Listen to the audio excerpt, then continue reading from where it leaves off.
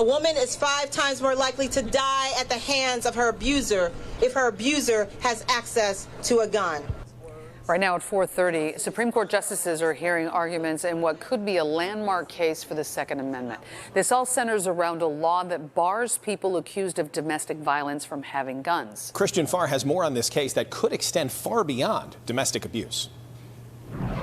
It's vitally important that we keep guns out of the hands of abusers. Domestic violence advocates. It's not an exaggeration when I say that this case is literally life or death. And gun rights advocates are concerned with the Supreme Court case that is challenging a federal law that allows the government to disarm people who are subject to a domestic violence restraining order.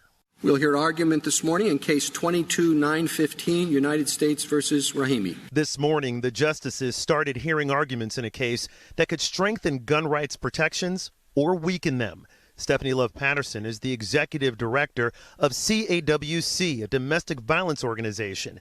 And Love Patterson says it is vital to have this law because once a domestic violence victim takes action, the level of violence can greatly increase. It does make me afraid that this law could go away and that perpetrators of domestic violence can hold on to their firearms. The case is resonating in the Chicago area because of Adriana Lopez. Last month, the CPS teacher was shot and killed, and her family blames Lopez's ex-boyfriend, who they say abused her. The law is very broad, and we have to be careful how it's applied. Second Amendment advocates say protections need to be in place to keep guns out of the hands of domestic violence abusers.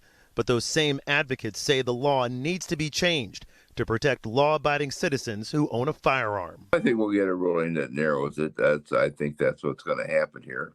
And I don't have any issues with that. Second Amendment advocates are really concerned about this case as well, and that's because the man at the center of it has a documented history of violence.